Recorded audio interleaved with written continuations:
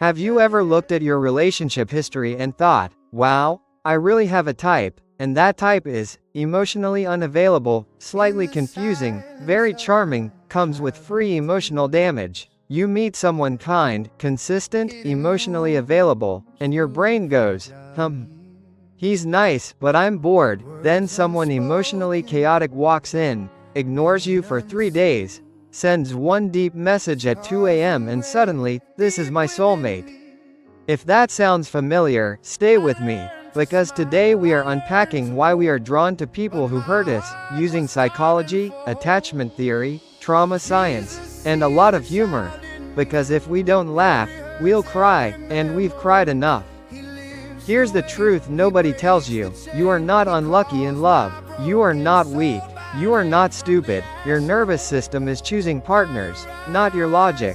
And your nervous system is loyal, just not always wise. Let's talk about trauma bonding, anxious and avoidant attachment, and why familiar pain feels safer than unfamiliar peace. Let's start with a psychological reality check. Your brain's primary job is survival, not happiness. Your nervous system does not ask, is this relationship healthy? It asks, is this familiar? So if you grew up with inconsistent love, emotional unpredictability, having to earn affection, your body learned this equation: love equals uncertainty plus effort plus anxiety. So later in life, when peace shows up, your body says, I don't recognize this. But when chaos shows up, home, your nervous system would rather relive familiar pain than risk unfamiliar safety. Let's talk about trauma bonding. Trauma bonding happens when emotional attachment forms through cycles of pain and relief. So the pattern looks like this: they hurt you, they withdraw, you feel anxious, then they come back, apologize, show affection, and your brain releases dopamine and oxytocin. So your brain concludes, this is love. Note, that is relief from distress. Trauma bonds are powerful because the same brain chemicals involved are the ones found in show affection, and your brain releases dopamine and oxytocin. So your brain concludes, this is love. Note, that is relief from distress. Trauma bonds are powerful because the same brain chemicals involved are the ones found in gambling addiction, substance addiction, compulsive behaviors.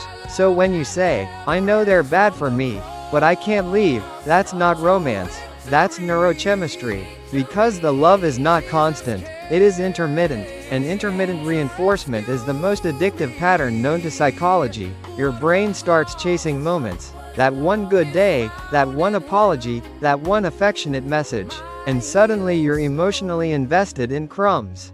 That's not love, that's emotional hunger. Attachment styles are formed early in life and answer one question: is closeness safe? Let's talk about the two most dramatic characters in this story. Anxious attachment develops when love was inconsistent, unpredictable, conditional. So as adults, anxious attachers overthink everything. Fear abandonment, seek reassurance, love deeply, stay too long. Their core belief is, if I don't try harder, I'll be left. So they are naturally drawn to people who give mixed signals, pull away, or emotionally unavailable. Avoidant attachment develops when emotional needs were dismissed, vulnerability felt unsafe, independence was enforced. Avoidant adults fear emotional closeness, pull away when things get serious, feel suffocated by needs, minimize emotions. Their core belief is, if I get too close, I'll lose myself.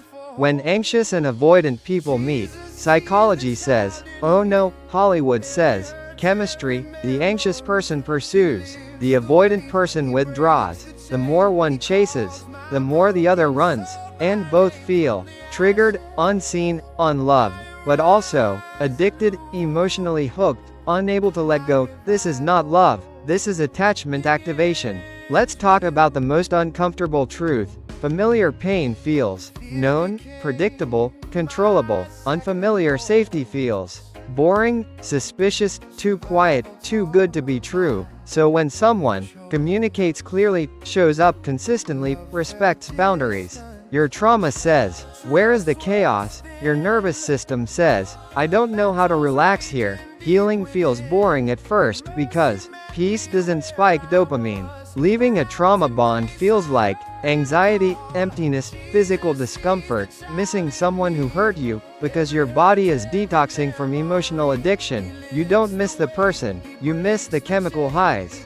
Healing means teaching your nervous system that love does not have to hurt to be real. You know you're healing when mixed signals exhaust you, emotional chaos feels unattractive, consistency feels calming, peace feels desirable. You stop chasing intensity. You start choosing safety. And at first, it feels strange, but strange is better than harmful. Let me end with this. You were not drawn to people who hurt you because you love pain. You were drawn to them because your nervous system learned love through survival, your attachment system sought familiarity, your body wanted resolution. Healing is not becoming colder. Healing is becoming safer. And the moment you choose unfamiliar peace over familiar pain, that is the moment your life begins to change. If this video spoke to you, like, share it with someone who keeps dating the same lesson, subscribe for more psychology, trauma, and healing conversations, and remember, you are not broken, you are patterned, and patterns can be rewritten.